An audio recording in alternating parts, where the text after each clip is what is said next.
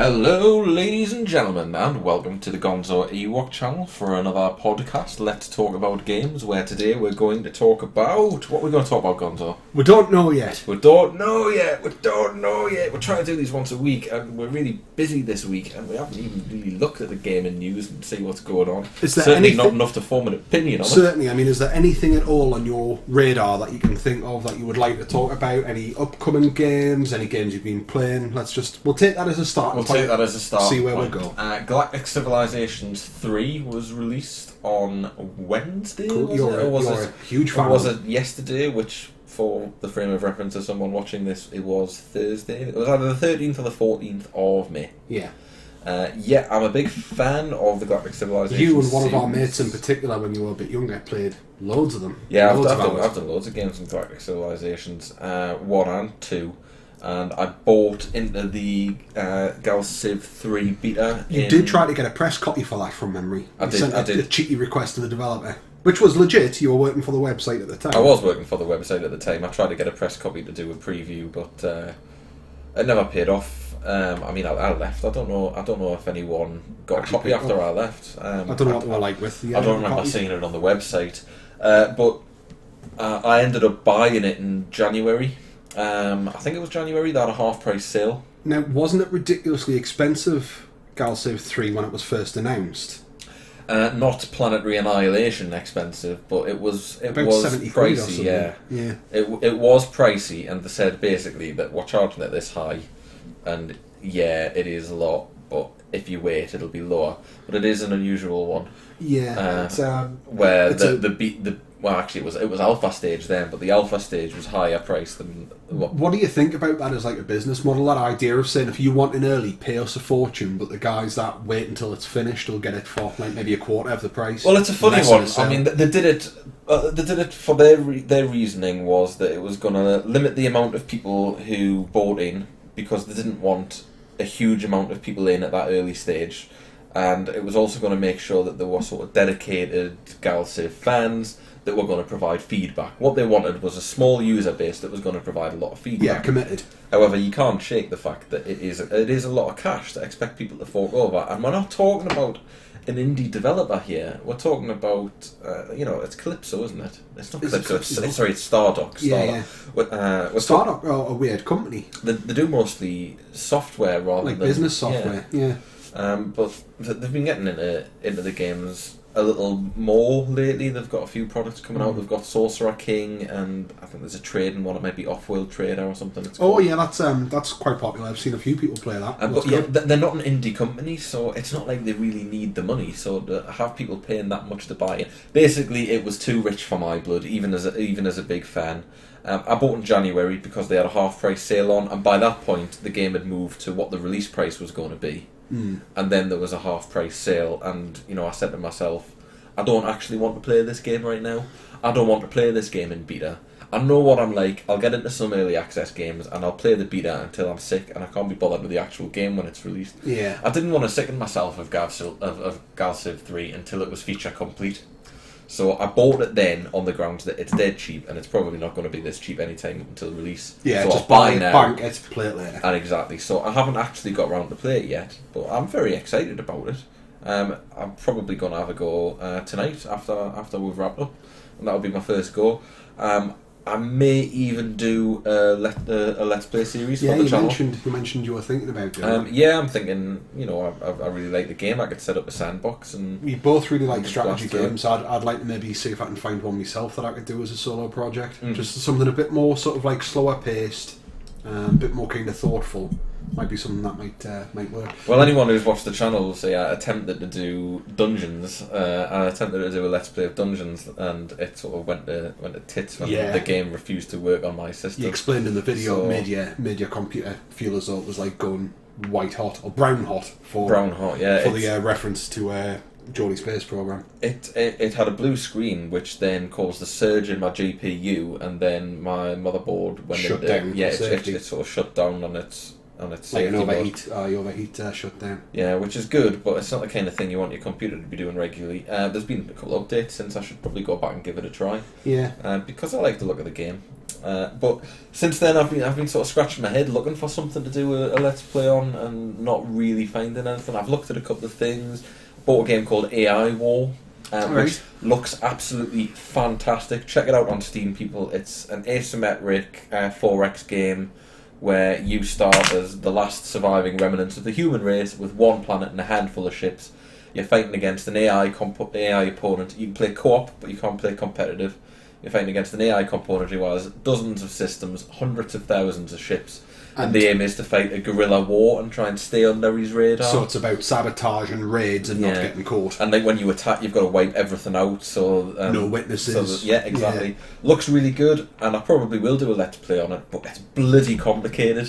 Yeah, maybe get up to speed. Bloody complicated. So at least you can explain to people what's going on. Galactic Civilizations III, I hope, being a Galactic Civilizations 2 and 1 fan, that it's something that I'll be able to jump into with a minimal learning curve. Yeah. Now, it has been years since I've played those games, so no doubt there are going to be some mistakes along the way, but if I could start a Let's Play series, I'd put those mistakes in it and make it part of the learning process. Well, that's it. I mean, a lot of people might not have played the original ones, because, I mean, they were popular, but they're still fairly niche, really, aren't they, because of the learning curve, and you know, they weren't like heavily marketed games. I seem to remember some of your best sort of like gaming anecdotes that we used to tell sitting around on the couch before we started recording always revolved around Galactic Civ 2 and some of the games you had. Spoiler alert here of what my tactic's going to try and be at the beginning, which may or may not work. But this was one of my best games in Galactic Civilizations 2, where I was playing as the humans and I kind of set myself up as an intergalactic arms dealer. Yeah. This is the anecdote I was thinking of. Yeah, so basically I was a science-heavy culture and got off the ground in terms of weapons research very early on. So you suddenly have very advanced weapons. So I was pumping my research into shields and laser technology. There's 3 types of technology in Galactic Civilizations. You've got lasers, cannons, and missiles. And to counteract them, you've got 3 different sets of armor, shields, and deflectors. Armor, shields, and point defense. Yeah. So shields and lasers work very well against each other. I was researching heavily into shields and lasers and talking to the other races, and I was bartering that technology.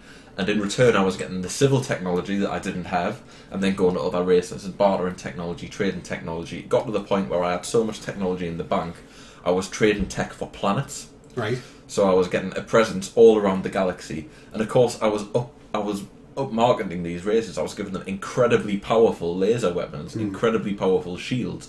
All the while, I was secretly heavily researching missile technology. So you develop this kind of arms race amongst all the other races, where everybody has really good shields and really good weapons, but because they had nullify each other. Because they had like level 7 lasers, they weren't going to go and get level 1 missiles because they didn't seem to see the point, or the AI didn't seem to see the point. The AI is always fantastic in Galactic Civ. I've played a little bit of it. And the AI is fantastic. Very clever. It seems to have a good knack on what you're going on. It was a criticism during Gal Civ 3 beta that I'd heard thrown around that the AI wasn't as complicated, but apparently that's been getting more and more. AI was like one of the last things they looked at, that was getting the systems in place first and then getting the mechanics. But the AI is something that would take a lot. You need those mechanics in place because then you need to program the AI to understand them and how they can be exploited and how they can react to them. But I'm going to give that tactic another chance. So the fact that I'd bartered for all these planets meant I had planets in the middle of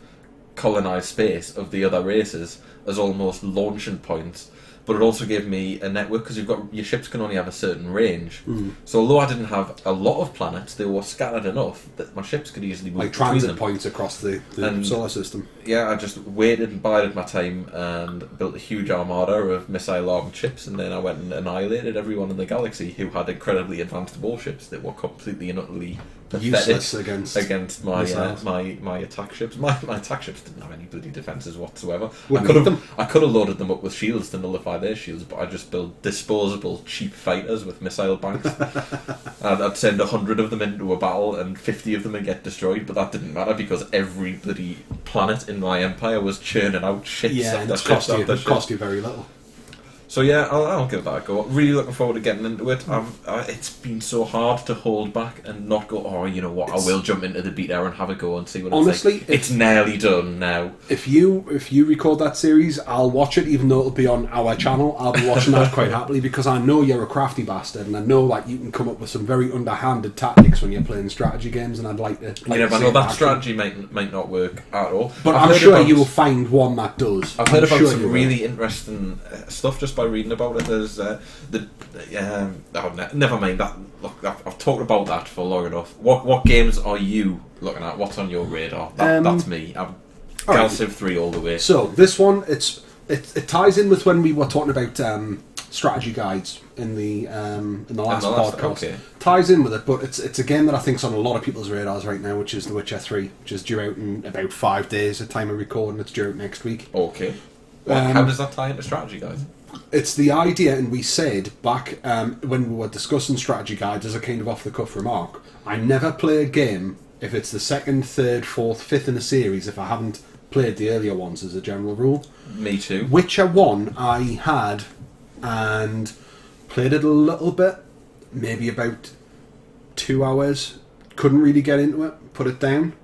Witcher 2 I picked up probably a few weeks ago, thinking, you know what, if I can find some time, I'll sit down, play through this just to try and get myself up to speed in time for The Witcher 3 coming out, because I'm concerned that if I'm jumping in at the third, I'm not going to understand a lot of the lore, I'm not going to understand a lot of the backstory of some of the characters and the recurring characters. That's got us concerned, but I'm thinking I'm probably going to pick that up. So as a result, I've been playing quite a bit of The Witcher 2. I'm saying quite a bit, as we've explained a couple of times, we've been busy. So by, I've been playing it quite a bit. Maybe in the past couple of weeks I've maybe notched up about 3 or 4 hours, which isn't even scraping the surface. The game's still basically holding my hand at this point and telling us about new bits, and I'm not doing very well at it. Because I haven't really had the time to sit down. A good strategy game, you need to sit down and work out the mechanics, read up on your stats, you need to understand what's happening. Are you playing with your Xbox controller or mouse and keyboard? I tried both to see what was comfortable for us, and my criticism of The Witcher 2 as it stands, and this might just be me, and I'm using a third-party Xbox controller, I couldn't find a control scheme that felt comfortable for us. Well, that's unusual because it did get a console release. Yeah. Or at least I believe it got a console release, didn't it? Witcher 1 didn't, but I think Witcher 2 was on Xbox I think so. 360 and on PlayStation 3. But the Witcher 2, the control scheme, doesn't sit particularly comfortably with us, and I can't quite put my finger on why. Well, although it might have had a console release, I would expect it was PC developed. Yeah. It's CD Projekt Red, isn't it? Mm-hmm. And I think they're primarily sort of PC focused. Aye. With the consoles bit. It's refreshing to see a PC game ported to a console rather than a console game ported to a 5 PC. years later coming to PC. But yeah, I mean, I like what I see, and I'm thinking if I can get past my initial kind of hesitations with some of those controls, I think I'd probably enjoy it. I think there's a very good game there, but I just need to kind of dig in and see what's happening. In terms of the lore, the universe, haven't quite got my head around it yet, but it's still very early days. But I believe it was based on was it a graphic novel series? I think so. Yeah, that's right. As they call comics these days, they just used to be comics when I was younger. Yeah, but you can't sell comics. See, if I think of a comic, I think of things like the Dandy or the Beano. I think it's because the comic generation has grown up now, and they want something a bit more of an art form, a bit more grand, a bit more sophisticated. Well, it's like gaming used to be. Years ago, gaming used to be for kids. 10, 15 years ago, gaming was for kids. Adults had nothing to do with it. Kids are grown up. We've all grown up now. I mean, obviously comics or graphic novels, whichever one you'd prefer to call them, have been... Someone who knows more about this shit than me is going to come up and explain what the difference is and how there is a legitimate difference. Oh, there will be, I'm sure. But yeah, to the casual observer, I've read a couple of graphic novels, as you would call them. I've got a few on my shelf that I'll pick up and go through. Maybe it's just a size thing. But yeah, it's based on that. So I mean, there's obviously a lot of lore behind it because that's a universe. It's a very rich. Yeah, you can feel that even just from the second one. It has got a very rich sense of kind of story, and the world feels very well developed, or very well realised, maybe from the source material. But that ties us in with a separate point as well. Picked my hands up on Witcher 2. Started playing it, put it to one side. Last weekend, we started a low-carb diet on Sunday, me and my wife. And so on Saturday, we've been playing some poker. You came across with some of my brothers-in-law. We played some poker. Uh-huh. And then afterwards, I was a little bit drunk. We had a keg of speckled hen. That reminds me, have you got my bottle of whiskey downstairs? Yes, I do. I haven't Lovely. touched it because I don't like whiskey. Well, I knew you wouldn't. If I'd left beers, it would be a different story. Yeah, it'd be gone. I'll take that home. Leave anything bar whiskey in my house, and I'll tax it and say it's mine. Shocking. But in any event, yeah, I think we finished poker at about 12. And I was a little bit drunk. I wasn't ridiculous, but I did have about a quarter of a keg of speckled hen left. So I came upstairs. Mrs. was dozing. I thought, well, she's asleep. Not on to a promise here. So I'm not quite tired yet. I'm a little bit drunk. So I ended up sitting down at the computer and I saw Pillars of Eternity flashed up on Steam. And I thought, you know what? I've been looking at that and debating for that for a while. So I ended up picking that up completely on impulse. But I know you're busy clicking around on me Steam. I'm looking for Pillars of Eternity because the name rings a bell. If anybody can hear music in the background, that's an advert for Chroma Squad. Not just that they were meted anyway. People won't be able to see that. Okay, so what I'm looking at is isometric looking RPG, it's harkening back to sort of Baldur's Gate. It's made by Obsidian, published by Paradox. Obsidian have done some of my favourite games. I mean, they're right on the screen there actually. Obsidian Entertainment, the developer. Fallout New Vegas, South Park Stick of Truth. South Park Stick of Truth was fantastic. Brilliant. I really enjoyed that. It was one of those ones that could have been shit and just totally played on, it's South Park, so here it is, it's funny. Instead it had all the humour of South Park, played basically like a South Park movie. It did. And with really good gameplay. The way that the South Park cartoon looks translates really well to game. Brilliant, yeah. They also did really Knights of the Old Republic 2, which is one of my favourite games. Yeah. Really thoroughly enjoyed that, played that through twice. Yeah, me too. I intended to play it once through as a Jedi and once through as a Sith. I ended up going Sith twice. As you would do. Being evil is good. But yeah, certainly Pillars of Eternity is basically, it harkens back to sort of like the old school isometric, fairly hardcore RPGs. And it's brilliant.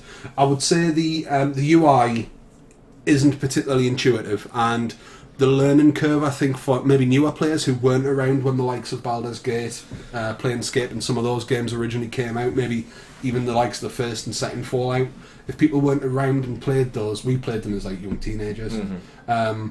And there was a learning curve, but you know, if you understand the mechanics of it, you can kind of pick it up. But I would say the UI and the layout of sort of your interface doesn't really do you many favours. It makes it quite difficult to try and work out what's happening. And it doesn't make things particularly quick to say if I know I want to use maybe a special ability with him, and then it's party management. You can have quite big parties. I think I've got 5 people in my party so far, and there's at least another 2 or 3 slots available. Okay. And apparently there's dozens and dozens of NPCs who can come and join your party, and then you can manage. You create a character, set off on this grand story where basically you're what's called a spoiler alert, but you're basically what's called a watcher, which means you can see people's past lives, you can understand, and basically get into their heads, you can read their souls. And that's kind of the mechanic behind it, but it's a really, really good concept. There's a part of the game where you're going through a dungeon and you keep almost seeing ghosts, so everybody else thinks you're a little bit creepy and weird, and you're talking to these ghosts, and you get to the end of this dungeon level, and all of these ghosts are all past lives of the guy that you're coming to meet. So then you understand the guy and his motivation, and even though it's setting him up as an enemy, you totally understand where he's coming from and how he's ended up where he is, because you've seen his 3 or 4 past lives as you're going through, which is a really nice little mechanic. A lot of the game was originally kickstarted, so a lot of backers have NPCs where they've got a backstory. That's quite nice. You can go to them, read their stories as well. And these stories come from some of the Kickstarter backers. Yeah, the Kickstarter backers. I'm just looking. All I know about this game at this moment in time is what is on this Steam store page. So I'm very, very much out of it. But there are a couple of things. You love it, mate. There's a couple of things that I find really interesting. Not necessarily about the game, but about how this game is being received and how it's come to be. I mean, to start with, it's got a 9 out of 10 or a 90 out of 100 Metacritic rating, which is pretty damn awesome. Especially for a Kickstarter game, because usually when things are Kickstarter, they go through crowdfunding. But that's what they always generate a lot of people complaining. That's what's so unusual to me. You've got Obsidian Entertainment, who are a big company who made some big budget games, doing a Kickstarter, which is then published by Paradox, who traditionally self-publish grand strategy games, self-develop and publish grand strategy games, and help indies along, and publish indie company Yeah. games. So what's happened at Obsidian to make them do a Kickstarter campaign and go through Paradox? Yeah. Or is it something that Paradox have done? Have Paradox seen the Kickstarter and went, you know what, we'll publish that for you?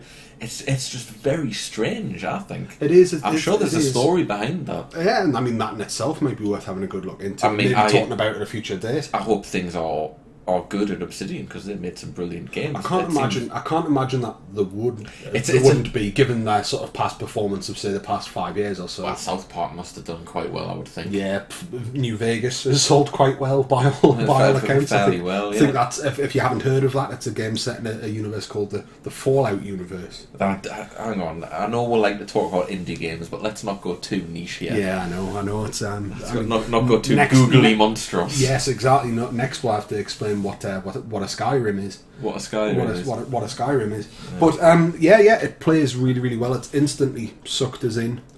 Really, really enjoying it. Yeah, it's probably a bit jarring for people that aren't used to or didn't originally play some of those isometric RPGs, but it has really kind of brought it up to date as well as you can do, given the mechanics and the limitations that kind of setting gives a game just by its very nature. I think today is the day of the retro. Retro's back in a big way at the minute, and there's a lot of developers coming out with really original ideas in old school styles. And it's true. What I would say about Pillars of Eternity though is that it's a beautiful game. For it being isometric, for it being top down, actually if you zoom in, it looks amazing. You know, we're talking like 3D, we're talking, pre-rendered backgrounds. We're talking a class developer here, a really good developer. Yeah. Although they do have a history of being a little bit buggy. Yeah, that's true. I think I've maybe sank about 9 hours into Pillars of Eternity. Most of that time that I should have been sleeping and getting ready for work. Really, really good though. I would strongly suggest you pick it up and give it a look. Well, there you go. 9 hours into Pillar of Eternity for a man who has put The Witcher 2 to a side by the sounds of it, because you got 4 hours into The Witcher 2, 3 or 4 hours, 9 hours into Pillar of Eternity. It just goes to show that it's substance over style, isn't it? Completely, yeah. And that, I'm not denigrating The Witcher 2 by the way, which is an excellent game. I don't want people to start commenting, "Oh, The Witcher 2 is brilliant," because yeah, it is, but you know. Yeah, I think for me personally, I'm sure people know where I was going. Pillars of Eternity just scratches that kind of itch that I used to scratch way back in the day with some of those original titles, some of those D&D ones, those Planescape ones. Looking at things like Torment, looking at things like Baldur's Gate, just brought up into sort of modern technology, basically. Plays really, really well though. I've just thought of something we can talk about. Rodina is coming up on your recommended list on Steam, incidentally, which I think looks very interesting. I think it's by a former Bethesda employee. He's now solo. He's released Rodina as early access. It's very much a fly anywhere space game, but you can also walk around your own spaceship, build new features in your spaceship. From what I understand, it's more elite than elite. No, not at all. Right. The gameplay is supposed to be good, but it's more about the style of it and the beauty of it, right, than it is about the game. Now you say that, we're looking at some of the screenshots here, and some of the planets and some of the terrain looks amazing. The ships look god awful. They do. I mean, it's one man making it. So yeah. You gotta give him a break. But yeah. I mean, from what I understand, there's not much on the planets. But the idea that you can, take off from one planet, just go look, fly to another planet, land on it, get out, walk through your ship to the door, walk out on the planet, and move around without a loading screen in sight, without one of these artificial warp jumps or anything like that. It sounds really interesting to me, and it's something I've had my eye on for a while. Incidentally, it's not what I was going to talk about. I just spotted it on your recommended list. I was going to talk about Elite Dangerous. Oh, right. Well, that's a good segue. It is a good segue. Elite Dangerous, we both own. Mm-hmm. Both put a bit of time in it. I think it's fair to say before it was on Steam. Yeah, I think that's what I'm coming to. I think it's fair to say that we both sort of got a bit bored of it and put it down. I might go back to it. Yeah, for me, once you've dug a bit down, really, really good fun. But once you've done like some trading, once you've done a few bounty hunter missions, it's beautiful and it's a very well designed game. There's been some interesting updates since we last played. I can't help but feel it came out of beta early. A bit sort of content light. It wasn't feature complete when they said this is the game. since we've played, they've introduced new group mechanics. For example, the wing mechanics, and you can share bounties. And I think they've updated the influence system, so you can now join sort of more factions in a way, and have throw in your lot with like a system government, and have more influence on events. Because the influence was quite limited, so it does sound that it's a lot better. But they said they weren't going to release on Steam. They said we're going to sell it exclusively through our store, which is why I backed it. We're not going to release on Steam. Yeah. They give a bit of a strange reason for that from memory as well. They said something like, by not being tied into Steam, it means they can control everything from their store and their... Which is, I mean, it's a fair point to some extent, but then you're missing out on a huge audience potentially here. The idea that Steam is your only gateway into a game isn't true. I mean, look at Rock Band, for example. You sell Rock Band on Steam, but when you play it, you still have to go through Ubi's login. Yeah, the old Uplay shenanigans. So yeah, I mean, if there is that's Rocksmith. That's Rocksmith. Yeah. Assassin's Creed as well. So if you play some of the Silent Hunter games, same thing there. So you can have sort of your product behind Steam without having to be linked to Steam in anything other than the sense that it's the store that you sell it on. It brings up your DRM or your launcher at the front end. I mean that's a whole different topic. Yeah. About how terrible that can be, but. Regardless of that, they released on Steam, despite saying they were never going to. The latest news is they are looking at giving everyone who has already bought the game a key to play on Steam. Yeah, initially. Which they also said they wouldn't bloody do. Yeah. We're never going to release on Steam. Release on Steam. Can we have a Steam key? There's no point in giving you a Steam key because you can play anyway with the people who are on Steam, so we're never going to give you a Steam key. Have a Steam key. I'm glad that they have, and actually when Elite Dangerous first hit Steam... it got absolutely panned by existing backers who didn't have the game on Steam but wanted it. So for about the first 3 days that it came onto Steam, it had a mostly negative review, which is enough to put a lot of people off if they don't bother reading or don't scroll down. A lot of people on Steam, from your own experience, they'll load up a store page, they'll have a look, and on the right hand side, user reviews. If that's red, a lot of times people don't actually bother with the game itself. And that did change, but it did. I remember reading in the comments of the Steam forums, with a couple of exceptions, the likes of the Project Zomboid forums, generally can be a very toxic, horrible environment. It's second only to the YouTube comment sections of some of the massive YouTubers. But it got absolutely panned for the first 3 days, and it's since sort of pulled itself around. People have played the game, got into it. It'd be interesting to see if some of those people who left negative reviews purely because they wanted a Steam key ever go back and rescind that. I don't know. Can you rescind a review? You can go back and change it. You can go back, you can edit a review, you can then recommend. Sometimes people will kind of give it a thumbs down. I've seen, for instance, in some games, as someone who used to write reviews for a website, I've never written a Steam review. Me either. No. But yeah, I think that started to change a little bit. I'm glad that they're actually doing that, because even though it's just something so minor, I've copied the shortcut for my Elite Dangerous launcher from my desktop into the Steam. Yeah, me too, because I like having all my games in one place. Exactly. Purely for me, it's there, and it means if it's patched, Steam will take care of it. Steam will. But sometimes when I don't know what I'm going to play, I open Steam and I look through my games list and I go, what shall I play? What shall I play? I never open Origin just to see what I've got there. And it's just one more step. Valve have done bloody well, haven't they? Valve have done bloody well with this. Yeah. Speaking of the Steam forums being a toxic place, I've just put Elite into your search field in the Steam store, and I'm really disappointed that what I was looking for isn't there. What were you looking for? I can't remember the exact name of it. It's probably still around. It's probably just under a different name now, but it was either just Elite or Elite something. I think it was Elite something.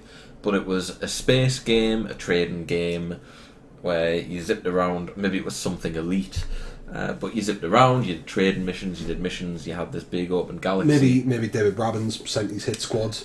It was an indie developer who made this game. Or maybe it was just called. Maybe it was something dangerous actually. Maybe it was Something Dangerous. That's not coming up either. But we're seeing Cabela's Dangerous Hunts Cabela's 2013. Dangerous. But this guy had made this game. It might have been Something Dangerous, like Dangerous Space or Space Dangerous, something like that, or something elite. It's disappointing that I can't find it now. Because if anybody knows what we're banging on about, I don't. But if you do, please leave a comment so we can look this shit up. But this indie guy had made this game, and the thing is, he'd made the game. It was in early access, but he'd made it before Elite Dangerous was even announced. And he'd released it on Steam, and the forums was just really harsh arseholes slamming his game, saying, "Oh, this is clearly an elite rip-off." Yeah, this is clearly an elite rip-off. Don't buy this. It's not elite. He's clearly just hoping that people will buy, thinking that it is elite, but it's crap. It's bullshit. It's a scam. It's a scam. It's a scam. And the forums were full of people saying it's a scam. It's a scam. And this poor guy was actually replying to the threads on the forum, saying it's really not a scam. Look, I made this game. I love the games. It's influenced. I made this game in like 2000X, and yeah, I'm like a big space game fan, but I didn't steal it. I didn't even know Elite Dangerous was going to be a thing. As far as I knew, the Elite franchise was dead in the water. So yeah, that was the Steam community being really, really toxic, and it was the case that the people weren't doing the research. They just saw the name of this game, and then put two and two together, made 5, and then went on the attack. And it was really depressing. And he did come on the forums at one point, and he said like that they are pressuring me to change the name of the game. And maybe they have, and maybe it's that's where it's went. I hope it's out there somewhere. I hope it hasn't been removed from Steam, because I'll be honest, I looked at it because I like spacey games. Yeah. And it popped up in my recommended list, and I looked at it and I thought, it looks all right. Obviously, it doesn't. It doesn't look triple A polished. One of the first games I ever played was Elite on my BBC Micro when I was a kid. And as a kid, bearing in mind I was about 5, I didn't have a chuffing clue what I was looking at or what was going on. All I knew was I liked it. It was great. Sitting at a BBC Micro, all of a sudden it was like, wow, I'm in space. I hit this button, there's little dots, I know they're the stars, that's a planet, everything's wireframe. It was great for back in the day. The graphics were outstanding, sort of almost like Vectrex style, sort of like Vortices kind of style graphics. But see, I never had it. I only had the second one. What was the second one called? There was Elite Frontier. Yeah, I think so. I get it mixed up because I had a game called Privateer as well, which was very similar. Yeah. Well, there's been a few. There was the likes of Free Space was a one. Yeah, I had.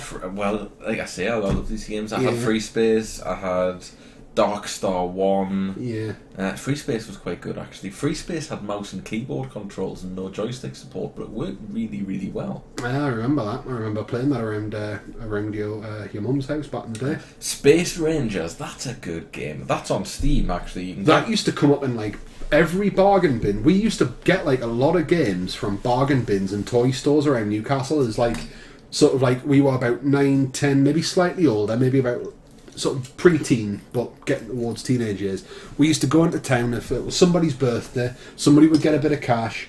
We'd all sort of like save up the cash knowing my birthday was coming up. I got a game there called Pax Imperia Eminent Domain. Going back to sort of Galactic Civ style, that was really, really good. That was really good. I mean, you look it up, you could be buggered if you can find anything about it. There was a game called Pax Imperia, a well old game, and I presume it's a sequel to that, but I never really knew. But getting back to the point, there was... we used to go into town, would go to the likes of Eldon Square in Newcastle, used to have Beatty's Toy Store, and I remember going into the bargain bin there and had this game that I'd never heard of as a kid, and it was called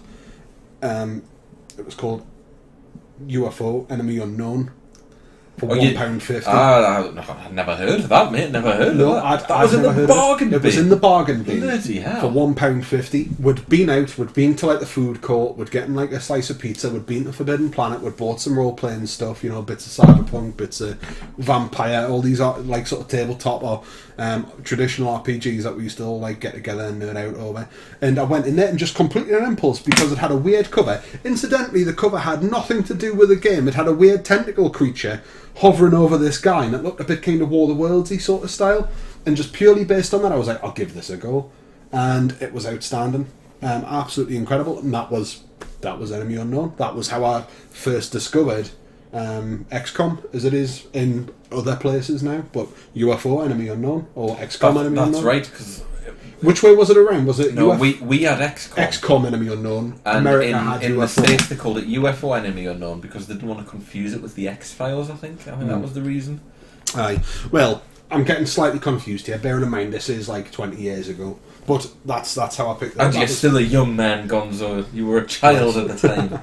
But you know what? Nipper. It's brilliant. I've got it on Steam. I still load it up. Probably once every 6 months. Play with it a bit. I like the remakes that came out about 3 or 4 years ago, but I love the original. No, I love the remakes. They're brilliant. They're probably my favourite in the series, but I think I'm unusual. I'm not so unusual as to say that XCOM Interceptor is my favourite because that was a pile of shit. Yeah. But I never shite as we say in the north. Yeah, I'm saying it's shite, but I never played it. I didn't bother. I played first one, played Terror from the Deep, played Apocalypse, but at the time I didn't have a computer that ran it very well. See, I love Apocalypse. Apocalypse behind the remake or the reboot rather is my favourite. It was really good. Did you play the Bureau, the third-person shooter? No, I didn't. No good, mate. No good. I didn't like the look of it. It's not what I look for in an XCOM game. I look for hardcore turn-based strategy. Now, there's a bit of strategy involved in that you had your sort of squad mates with you and you issued them orders and told them where to go, but what really started irritating me was the mutons and the sectopods that were basically bullet sponge enemies. And nah, I don't think so. You can get away with that in a turn-based RPG because it just means they're tough as nails and well-armoured. But in an FPS or something a bit more real-time, it doesn't work. Although that actually takes one to an interesting segue, something else that I wanted to talk about, a game that I picked up last night. For coming in with absolutely nothing to talk about, I think we're doing alright. We're not doing too bad here, yeah. We've been talking for a while. We'll do anyway, this is what we do. The problem is, we've went in it completely unprepared, and we've talked about more than 3 topics. You're going to have your shit how am I going going to to sort the thumbnail out? You're going to have to wait. I'll be interested to see what you do and at this I'm going point. to do the bit that says, like, oh, Gonzo Ewok, let's talk about ... and then I'm going to have a title that is as long... 50 games. A title that is as long as the Game of Thrones script from episode 1 to now. Distracting from the point that I wanted to make, which is kind of tied in with XCOM and some of those sort of classical turn-based kind of games. Game that I picked up last night, again on impulse. Wasn't drunk this time, just a game that I've been toying with and thought, you know what, I'll pick this up. You really paint us Northerners well. I'm not wasn't drunk this time. For the record, I'm not painting Northerners, I'm painting myself. There's no harm in that. You're talking about bullet sponges, I'm an alcohol sponge. But what I've picked up was Chroma Squad, which I don't think you'd really came across before. You mentioned it before we started recording and you described it as a Power Rangers simulator. It's a Power Ranger simulator. You're playing a bunch of ex-stuntmen who decide to go into business for themselves, making a Power Ranger style TV series. Okay. Yeah. See, now I've when got you said it was a simulator, I thought you meant it was like a simulator. No, it's of not you like being people who are like the Power Rangers, but it's actually your a television Your series. stuntmen who set up their own like bedroom TV studio. Right, I have to say, I am now more interested than I was when you initially said it was a Power Rangers. You're starting simulator. out with like cardboard swords. You can make a big Megazord style mecha out of cardboard and duct tape, and then go and fight and destroy a little city with the big guys as like boss fights.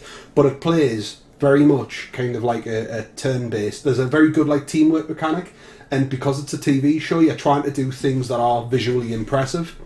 So it's like you might use one of your mates as a springboard and jump off them to get a little bit further distance to close down the enemy. Different characters have different roles within the TV show, and it's broke down. Each level's an episode, and then there's a campaign, which is a series.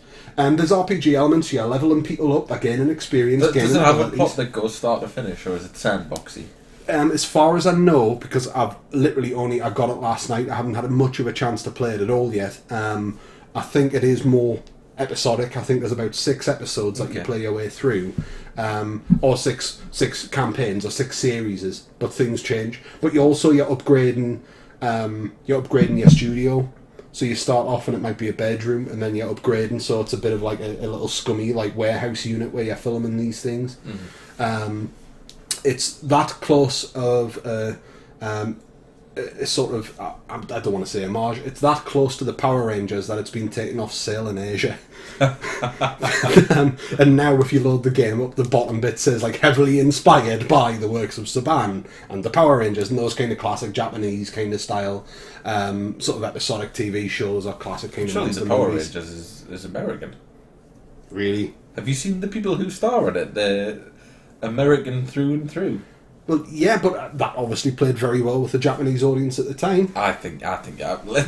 You talk. I'm going to Wikipedia. Check out Saban and see where they come from. It might get American actors in, but it's a Japanese company through and through. You don't have like big plastic robots fighting each other in showers of sparks. You don't. But they're all American actors doing very much most of them, and most of the series are sort of high school series. Japanese creators. But where it takes much of its footage from the Japanese Tonkatsu Super Sentai by the Toei company. Yeah. Okay, that's interesting. It's a bit like it takes a lot of its footage, so it's basically the big Megazord fights are clearly the Japanese bits. Do you think like every bit where they're in the suit is just taken from a completely different Japanese television? Yeah, just scrub out the Japanese actors and then replace them with Americans. That's nice cross representation of community, and then they go into the suits. That's so bizarre. So it's an adaptation of a series called Super Sentai, which was by think about it like the Magic Roundabout. The Magic Roundabout, traditionally, it might be a cherished childhood program for some, and it's quite a common known fact, but that was originally French political little sort of shorts about politics in France at the time, radical politics in France. Do you ever watch Power Rangers? I know it's a strange thing to say to a guy in his 30s, but do you ever watch Power Rangers? It's a strange one, because when we were kids and Power Rangers first came out, we were on the cusp of being like, we're still kids but sort of teenagers, and Power Rangers was probably aimed at people maybe a couple of years below us. There was a couple of kids in school. We didn't actually know each other at the time. Well, it was just before we really got to know each other when I moved, and we ended up going to school together. Yeah. But me and the people I was hanging around with at the time, we didn't really used to watch Power Rangers. But you knew it. But we used to play Power Rangers, which means we used to fight. Yeah. And use the veneer of Power Rangers as an excuse to have a bit of a brawl. A dinner lady comes across. Why are you storming in, little Timmy's head? We're playing Power Rangers. Oh, that's fine then. Carry on. No. There was none of that. We didn't bring an unwitting party. We didn't jump on some poor kid and say we're playing Power Rangers. We used to play fight with each other. Yeah. Well, you made it sound like when you say Little Timmy, I think of Tiny Tim, and you make it sound like you could have been. Did you ever consider you could have been Little Timmy in that example? Well, I'm not, because my name's not Timmy. Well, I'm not going to name names because, I doubt those people are even watching, but there was a couple of people that I knew in school that were in my year, and they got the piss taken out of them because they were watching it. Or they'd mentioned it, or they said they liked it, and then people found out and they're like, yeah, babies, why are you watching that? It's all about 20 Embassy and a bottle of vodka and getting pregnant on a field. We were a little bit younger than that, to be honest. Not far. Not Nashing. No. To be fair, I mean, it was that age where you're an absolute dickhead. Well, it was that age. It's that cusp between childhood and teenage. It's that time where you want to be an adult, and yet you want to try and act like an adult, but you're really not. You're just an absolute arsehole. I remember there was kids that I used to knock around with, and again, it's before we were knocking around, but there was some of the kids had stopped playing with toys, and I was still playing. It might have been not an Action Man, but it might have been some G.I. Joes or something like that. And I still had them. Pick the manliest toy you can. I know you were there with your My Little Ponies and your Barbies. Don't say My Little Pony on the internet. What God, no! What have I done? I've just annoyed every brony in the world. It's all right. We might get some viewers. It's cropped up. But no, what I was going to say is that it is that kind of thing where the Power Rangers, and I mean it's the same analogy. I can remember I wasn't somebody that would take the piss out of somebody. I was usually the person that would try and stand up for people if they were being bullied. And for me, back in the day, there was kids that were watching Power Rangers, and I never kind of said, I'm with them, I watch it too. Because I didn't really, but I can remember over the summer holidays it was being played on, I think, Channel 3 over here, on ITV, as part of the kids, over the summer holidays, they put on kiddies programmes in the morning, or they used to. Mm-hmm. And Power Rangers was one of them, and I would watch it religiously, and I didn't particularly enjoy it, but there was action, there was bright colours, it was on TV. I'd spent 6 weeks at my granddad's house at the time, bless him, and I had a black and white TV in his bedroom and some Lego Technic, and that was me for 7 hours a day for 6 weeks. It must be very difficult watching the Power Rangers on a black and white TV when it's all colour-coded. That's what you had at the time. But, and the game itself, though, I think the game stands on its own merits. I think certainly it taps into that kind of nostalgia, and I think that the art style and the way that it's set out is very much heavily lending itself to that. But for me, actually, I just think it looks like a really cool little turn-based strategy game with this very kind of self-aware sense of humour and this kind of double layer about it's about kind of like good versus evil, but very aware there's cameras on it and it's about making things entertaining. So there's this interesting teamwork mechanic. So I mentioned before, somebody can leap off the back of somebody else and that gets you some viewers. And you're trying to accrue viewers like you would points. I think that's very like Power Rangers because I'm sad enough that in my 30s I do occasionally watch Power Rangers. Oh, now you're coming out. No, me and the missus find Power Rangers hilarious to watch. It's very over the top and Where very are you watching hammy. It comes on the kids' TV channels. I think it comes on Nickelodeon or something like that.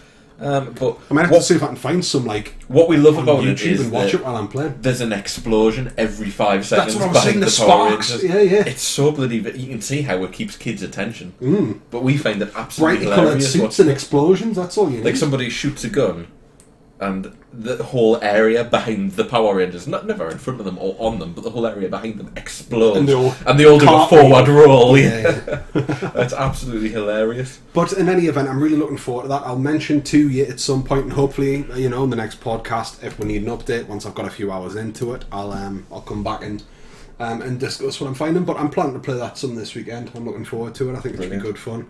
Well, I think I've got one more thing to add before we run things off, and I'm going to go all the way back to when you were talking about bargain bin games. How far back? All the way back, yeah. I remember you picked up a game on the cheap that I'd never heard of, and it was called The Movies. You remember that? Yeah. It was Lionhead Studios. Yeah, Lionhead Studios. But at the time, I'd never heard of it, and you picked it up. And kind of went under the radar for a lot of people. Yeah, and you showed me it, and we made some movies. You had a great sandbox mode where you could make your own movies, but if you wanted build your studio, do whatever you wanted, and then if you wanted a more gameplay experience, there was like a sim mode where you took a studio from like the dawn of cinema, like the early 1900s. Yeah, you'd do the talkies, and you'd have to take it all the way through to modern day, which at the time was about 1990. Yeah, and you'd go through all the different cinemas. That was a great game, and that was a bargain bin pickup for you. And I've actually got that now. It's sitting under my spare bed right now. I've still got my copy and the expansion pack. I picked it up a couple of years ago. Again, the copy and the expansion pack, stunts and effects. I think it was the expansion pack. Yeah, that's it. Absolutely fantastic, and you can make some great movies with it. You made a Warriors rip-off. I made a Warriors rip-off. 2 or 3 movies that were ripping off the Warriors. The Boppers. The Boppers, yeah, they were called the Boppers. Yeah, that was brilliant. With Stabby John as the leader. Yeah, just went around shanking people. It was hilarious when something went wrong, and you put somebody in the wrong costume. Yeah, or like the wrong actor was in the wrong place, or some random extra just popped up out of nowhere, and it just added to the effect. In the game, you were meant to, if you could set script writers or in, say, make as an action film, and they would come up with 4 or 5 random scenes that made with different no costumes with very little sense. But that was more in the sim mode. You wouldn't have in the sandbox. But what we would do is we would make it so it took like 15 years of time in game as these guys are going around shooting scene after scene. You'd end up with like a 10-minute epic, and then just record it and watch it with the actors aging visibly between scenes. Bit like Game of Thrones. A little bit, yeah. But it was absolutely fantastic. I remember. I'm glad you think it's fantastic, because I'm throwing down the gauntlet. What's that?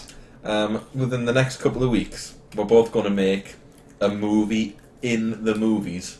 Right. And then we're going to put them both up on the YouTube channel, and we're going to ask our viewers to decide we're having a movie off. Whose is the best movie made in the movies. Brilliant. So we're having a movie in the movies off. Actually, what I'll do is I'll say it's between us. What I'd like to do is anybody who's listening to this, who's out there, who has maybe a YouTube channel or some way of file hosting, if you make a movie, post them up in the comments, and we'll give us some. Maybe we'll do some Barry Norman style. To the 5 people out there who have a copy of the movies, we're throwing down the gauntlet. Yeah, come and give it a go. If you can get something up or get something across to link it here, link it on my Twitter channel, link it across on Facebook at Gonzo Ewok, or search for it on Facebook, or drop us a comment across on our website if that's a thing. Can people comment? People can comment on the website. People can comment on the website. I'll put a little post about our movie off on the website. Yeah, by or they can comment on the post. We'll do the same. Yeah, we'll put it up on various bits of social media. But certainly, I think that's a really, really good idea. I'll dig out my copy. Still got it. we'll put together some movies, upload the movies. If anybody else does, if you we'll don't do have a review. If you don't have it, it's an old school game with just a CD key, so you can borrow my copy while we do it, and there we'll go. Yeah. No, but I think it's a good idea. Have you been planning that long, or is that something spontaneous? I've been wanting to play the movies for a while, but it's a spontaneous challenge. Actually, just before I got the PC that'll mount the world, I'd put it on my old quad-core machine, and I was playing it there. But yeah, I think that's a really, really good idea. Don't go crazy. Don't make an hour and a half one. I mean, that'll take you all day. All day? It'll take you years. I'm going to maybe make something, 3 or 4 minutes long. You can do whatever you want. I'm making Das Boot.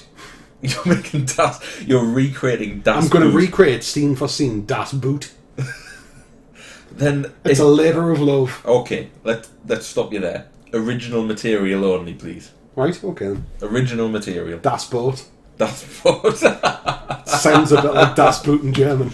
Or in Geordie. I'll do Das Boot. The Boat. No, hang on. The Boat was an English remake of Das Boot. Well, I'm going to create the great entrance where a group of people break into a prisoner of war camp. We'll see what we come up with. I hope people are interested enough in that challenge. Did you set any kind of time limit there? Should we say... this will go up this weekend, I'm assuming, or maybe the night even, I don't know. I'll not go up tonight, it's a bit too late now. Let's say by my birthday. Right. My birthday is the 19th of June, so that gives you a little over 4 weeks to get something sorted. If anybody wants to come back to us now that you've got his birthday and you want his bank account details, just give us a shout and we'll split the profits. So by the 19th of June, we'll have something. Cool. Alright, sounds good. Challenge accepted. Yes, indeed. Thank you very much for listening to the Gonzo Ewok podcast. You can check out our other videos on our YouTube channel. You can subscribe. You can go to our website if you feel fit. Or you can follow us on Facebook or Twitter. You really should subscribe. I think currently we're at the highest we've ever been. So if you subscribe, you would break records and we'd probably give you Beardy Man loving cake. Being at the highest we've ever been is good. It means that people aren't sick of us yet. Not yet. Not yet. There's still time. There is still time. And on that note, on that bombshell, as dear, former BBC presenter Jeremy Clarkson would say, goodbye, good night, good luck, have a drink. Bye-bye.